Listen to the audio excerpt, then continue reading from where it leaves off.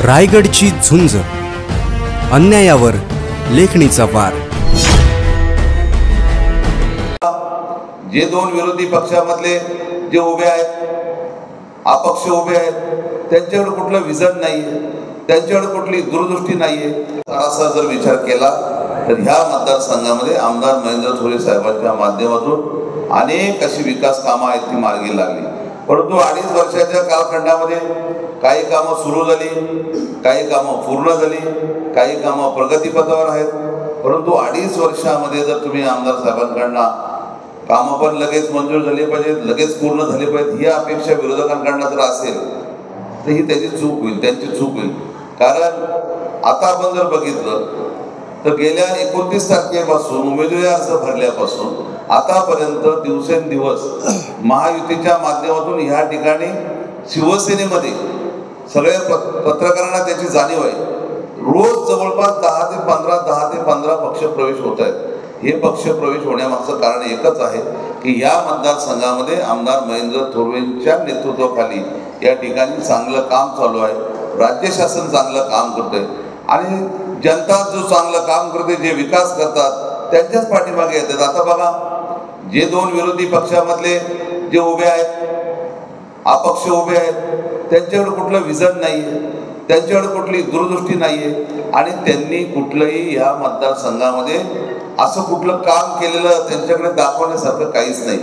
मग आता कुठल्या ना कुठल्या कारणाने त्यांच्यावरती आमदार साहेबांच्यावरती टीका करायची आणि जनतेचं मतदारांचं लक्ष विचलित करायचं, हा एकमेव त्यांचा हा कार्यक्रम आहे। आणि म्हणून जनता या वेळेला पुन्हा एकदा आमदार महेंद्र थोरे साहेबांना त्या ठिकाणी संधी देतील।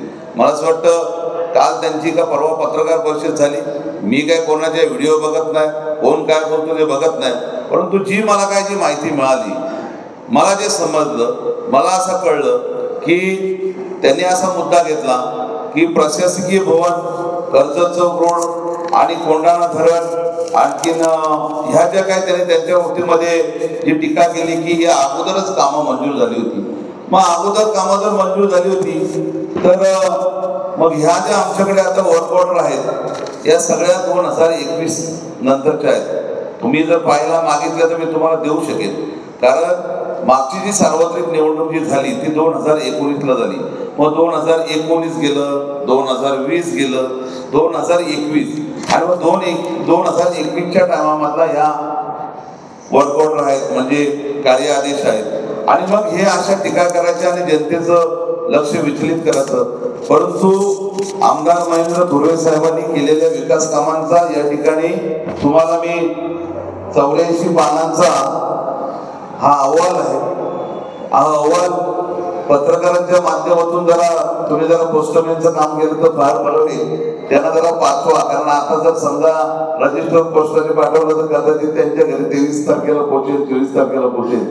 कारण त्यांनी जर हा पाहिला तर मी अपक्ष उमेदवार या रायगड जिल्हा परिषदचे माजी उपाध्यक्ष आहेत, जिल्हा परिषद त्यांनी लढवली होती, उपाध्यक्ष होतो, त्यांनी जरा त्यांच्या जिल्हा परिषदच्या 2.5 वर्षाच्या कालखंडामधला पत्रकार साहेबांनी त्यांना विचारावं, जर अहवाल मागितला तर त्यांच्याकडनं जो अहवाल मागा की प्रकर्षाने ह्या मतदारसंघामध्ये त्यांच्या माध्यमातून कुठलं असं भरीव काम झालं की स्वतःची सत्यनारायणाची पूजा असेल, गावकीची पूजा असेल, त्या पूजामध्ये जमवलेली गर्दी, जमवलेली माणसं, ती काय कार्ड वाटल्यानंतर सगळ्यांना वाटल्यानंतर सगळ्याच पक्षाची येतात जातात। राजकारण संपल्यानंतर कोण कोणाचा दोस्त नसतो, मित्र नसतो, शत्रू नसतो, परंतु काही त्यांनी विकास कामं केलेली नाहीत। दुसरे उमेदवार महाआघाडीचे आहेत, त्यांनी फक्त हायवे रोडला बॅनर लावण्याच्या पलीकडे त्यांचं कुठल्याही प्रकारचं काम नाही। कारण या मतदारसंघामधली जनता जी आहे,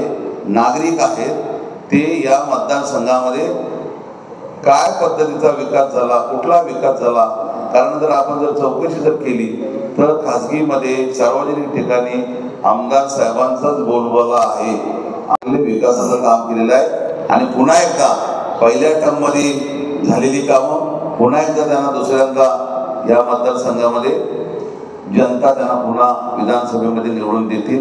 कारण त्यांनी केलेले जे काही जे आरोप आहेत हे सगळे आरोप मतदारांना, नागरिकांना दिशाभूल करण्याचे आरोप आहेत। परंतु या मतदारसंघातली जनता, नागरिक, सर्वसामान्य माणूस सुज्ञ आहेत, त्यांच्या या आरोपाला बळी पडणार नाही.